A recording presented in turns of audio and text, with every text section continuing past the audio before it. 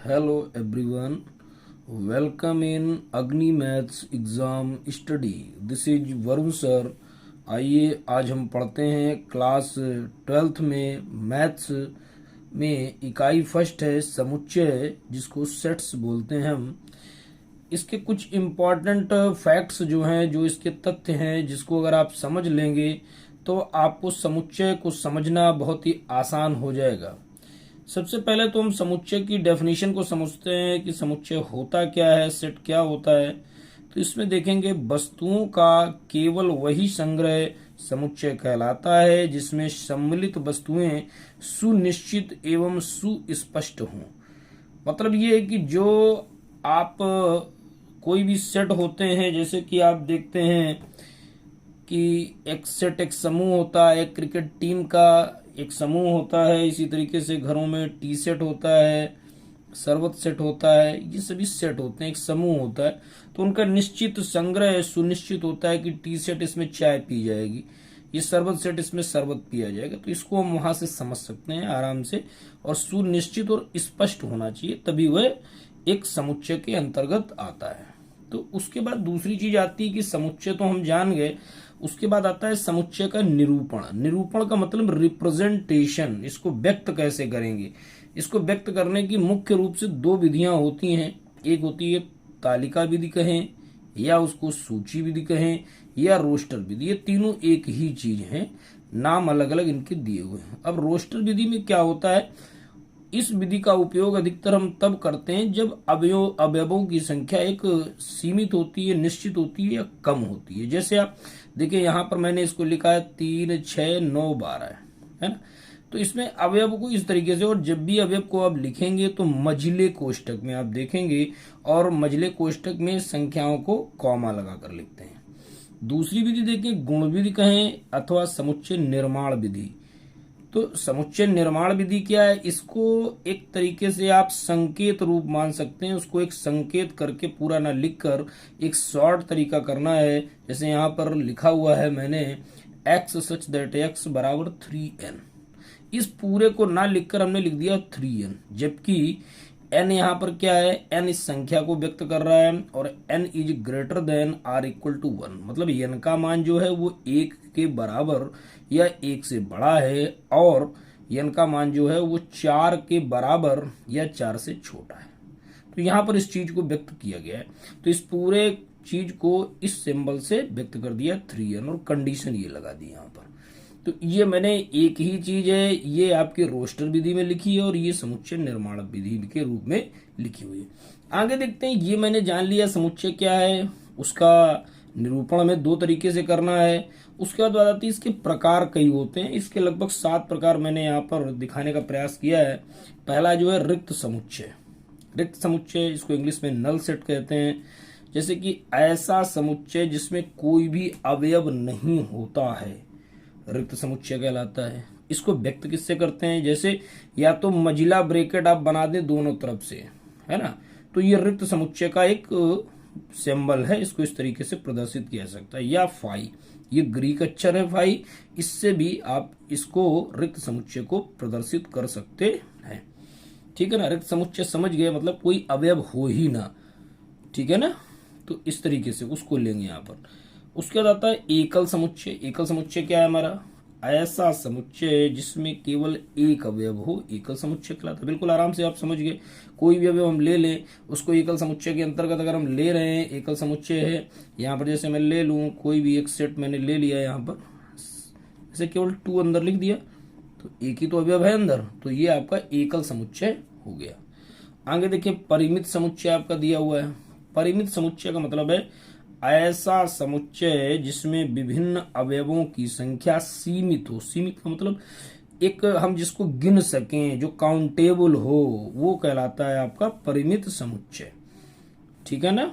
इसी तरीके से उसका दूसरा दिया गया, चौथा नंबर है अपरिमित समुच्चय. अब ऐसा समुच्चय जिसमें विभिन्न अवयवों की संख्या असीमित हो. असीमित का मतलब अनंत हो. अनंत हो का मतलब असीमित हो, जिसको हम गिन नहीं सकते हैं, तो वो कहलाता है अपरिमित समुच्चय. तो इसको बड़ी आराम से दोनों को आप समझ रहे होंगे. उसके बाद अगला दिया है 5वां नंबर असंयुक्त समुच्चय. असंयुक्त क्या होता है, जैसे कि असंयुक्त तब आप करेंगे जब दो कम से कम दो समुच्चय आपको दिए हों, दो या दो से अधिक, मतलब दो से अधिक तो हो सकते हैं लेकिन कम से कम दो होंगे तभी आप जान पाएंगे असंयुक्त। संयुक्त का मतलब जुड़े हुए, जो कहीं ना कहीं से जुड़े हुए हों तो वो संयुक्त कहलाएंगे। अब असंयुक्त है तो दो या दो से अधिक ऐसे समुच्चय जिसमें कोई भी अवयव उभयनिष्ठ नहीं होता है। उभयनिष्ठ का मतलब समझ रहे हैं ना आप, कॉमन। जैसे कि कोई एक समुच्चय मैंने ए बराबर ले लिया, एक एक दो तीन, और बी बराबर मैंने ले लिया यहाँ पर 5 6 7, तो 1 2 3 इधर है, 5 6 7 इधर है, कोई भी कॉमन तो है नहीं। ऐसा अवयव ना हो जो इसमें भी हो इसमें भी हो, ठीक है ना। ए बी अगर ले लिया मैंने तो ए में भी, ए और बी में कोई भी अवयव कॉमन नहीं है, तो उस स्थिति में इसको असंयुक्त या विसंगीत भी कहते हैं, है ना। तो ये असंयुक्त समुच्चय तब कहलाएगा आपका। अगला होता है समतुल्य समुच्चय। समतुल्य मतलब सम है नहीं लेकिन तुल्य लग रहा है उस तरीके से, जैसे दो परिमित समुच्चय तथा भी समतुल्य समुच्चय कहलाते हैं यदि यन बराबर यन बी। यन का मतलब है नंबर ऑफ, नंबर ऑफ मतलब उसकी संख्या। अगर इसमें कोई 5 अवयव हैं और इसमें भी 5 अवयव हैं, कोई ए समुच्चय उसमें 5 अवयव हैं और बी में भी 5 अवयव हैं, अवयव कोई भी हों, है ना, तो वो कहलाएंगे आपके समतुल्य समुच्चय। उसके बाद अगला 7वां नंबर दिया गया सम समुच्चय या समान समुच्चय भी इसको कहते हैं। ये कैसे होते हैं? दो समुच्चय ए एवं बी समान कहलाते हैं यदि ए का प्रत्येक अवयव बी में तथा बी का प्रत्येक अवयव ए में हो। अब जैसे इसको एग्जाम्पल्स मैं बता रहा हूं आपको, जैसे ए का हमने ले लिया यहाँ पर ले लिया 2 4 6, और बी का जो अवयव है वो हो गया उसमें 6 4 2। क्रम आगे पीछे है लेकिन अवयव वही है, और इसमें क्रम आगे पीछे होने का कोई मतलब नहीं होता है, उसकी कोई अंतर नहीं उससे पड़ता है। तो समान सम समुच्चय या समान समुच्चय में बिल्कुल वही अवयव होनी चाहिए, जो ए में हो वही बी में हो। लेकिन समतुल्य समुच्चय में अवयव कोई भी हो लेकिन संख्या बराबर हो। तो शायद आप समुच्चय के बारे में इस चीज को मैंने बताया है, समझ पा रहे होंगे। आगे अगर आप देखेंगे तो उप समुच्चय, थोड़ा इसको भी देख लें। इसको इंग्लिश में बोलते हैं सबसेट। उप समुच्चय को सबसेट बोलते हैं। यदि दो समुच्चय ए एवं बी इस प्रकार हैं कि ए का प्रत्येक अवयव बी में है तो ए को बी का उप समुच्चय कहते हैं। इसको इस तरीके से प्रदर्शित करते हैं, A is the subset of B. A B का उप समुच्चय है, यहाँ ए उप समुच्चय है बी का। तो ये प्रदर्शित करने का तरीका मैंने आपको बताया। और ए जो है वो बी का, मतलब जिधर मुंह खुला है वो बड़ा है और जिधर मुंह बंद है वो छोटा है, तो ए यहाँ पर छोटा उप है। शायद हमारी ये बात आपकी समझ में आ रही होगी। आगे देखिए तो एन अवयवों वाले समुच्चय के उप समुच्चयों की संख्या का एक सूत्र होता है 2 की पावर n होता है। इस टाइप के अगर कोई भी सवाल मैं एक दो एग्जाम्पल में ले लेता हूँ, फिलहाल मैंने अभी कॉन्सेप्टेड वीडियो ये बनाया है। अगर कोई भी एक अवयव ले लेता हूं मैं, यहाँ पर a बराबर मैंने ले लिया, यहाँ पर 2 4 है ना और 6, तो अवयव अगर यहाँ पर गिने आप तो क्या हो जाता है, एन ए बराबर कितना हो जाता है यहाँ पर अगर आप देखें तो 3 अवयव है ना, 1 2 3, 3 अवयव है ना। अब इससे हमें क्या करना है कि निकालना है उप समुच्चयों की संख्या। तो उप समुच्चयों की संख्या निकालने के लिए अगर हम इस सूत्र का प्रयोग कर देते हैं 2 की पावर n, तो कैसे करेंगे, 2 की पावर 3, तो 2 की पावर 3 है ना, तो ये कितना हो गया, 2 की पावर 3 का मान होता है 8, 2 दूना 4 दूना 8। अब इसके 8 उप समुच्चय होने चाहिए, इसके 8 उप समुच्चय। तो लिख देता हूं अगर मैं उप समुच्चय, देखिए आप उप समुच्चय, तो उप समुच्चय इसका एक तो फाई सभी का होता है, तो लिख दिया पहला फाई, ठीक।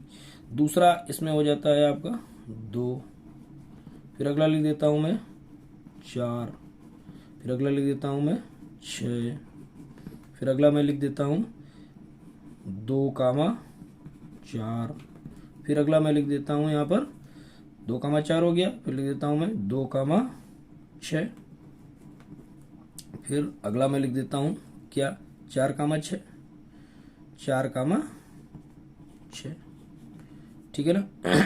2 कामा 4 हुआ, 2 कामा 6 हुआ। अब उसके बाद ये आपका 2, अगर इसको काउंट करते हैं 1 2 3 4 5 6 7, और एक स्वयं का उप समुच्चय होता है उसको भी लेना पड़ेगा हमको, 2 4 6। तो इस तरीके से एग्जाम्पल मैंने लिया है। यहाँ पर ए एलिमेंट Na कैसे निकालेंगे, नंबर्स अंदर के अवयव गिन लेंगे आप, और ये सूत्र जो अवयव 2 नीचे रहना है, ऊपर जितने अवयव होंगे वो पावर में आने हैं। 2 की पावर 3 का मतलब 2 गुणे 2 गुणे 2, 3 बार करेंगे तो 8 मिल जाएगा आपको। उप समुच्चय फाई सभी में लेना होगा आपको, और इस तरीके से अवयव आप लिख सकते हैं आराम से। तो इस तरीके से मैंने एक छोटा वीडियो बनाकर आपको समुच्चय के बारे में समझाने का प्रयास किया है, और आगे आपको एक समुच्चय के लगभग कुछ एक महत्वपूर्ण क्वेश्चन मिलने वाले हैं। इसी तरीके से आप अगर हमारे वीडियो को देखते रहें, और अगर आप लोग नए हैं तो हमारे चैनल को सब्सक्राइब करें, लाइक करें। जय हिंद, वंदे मातरम।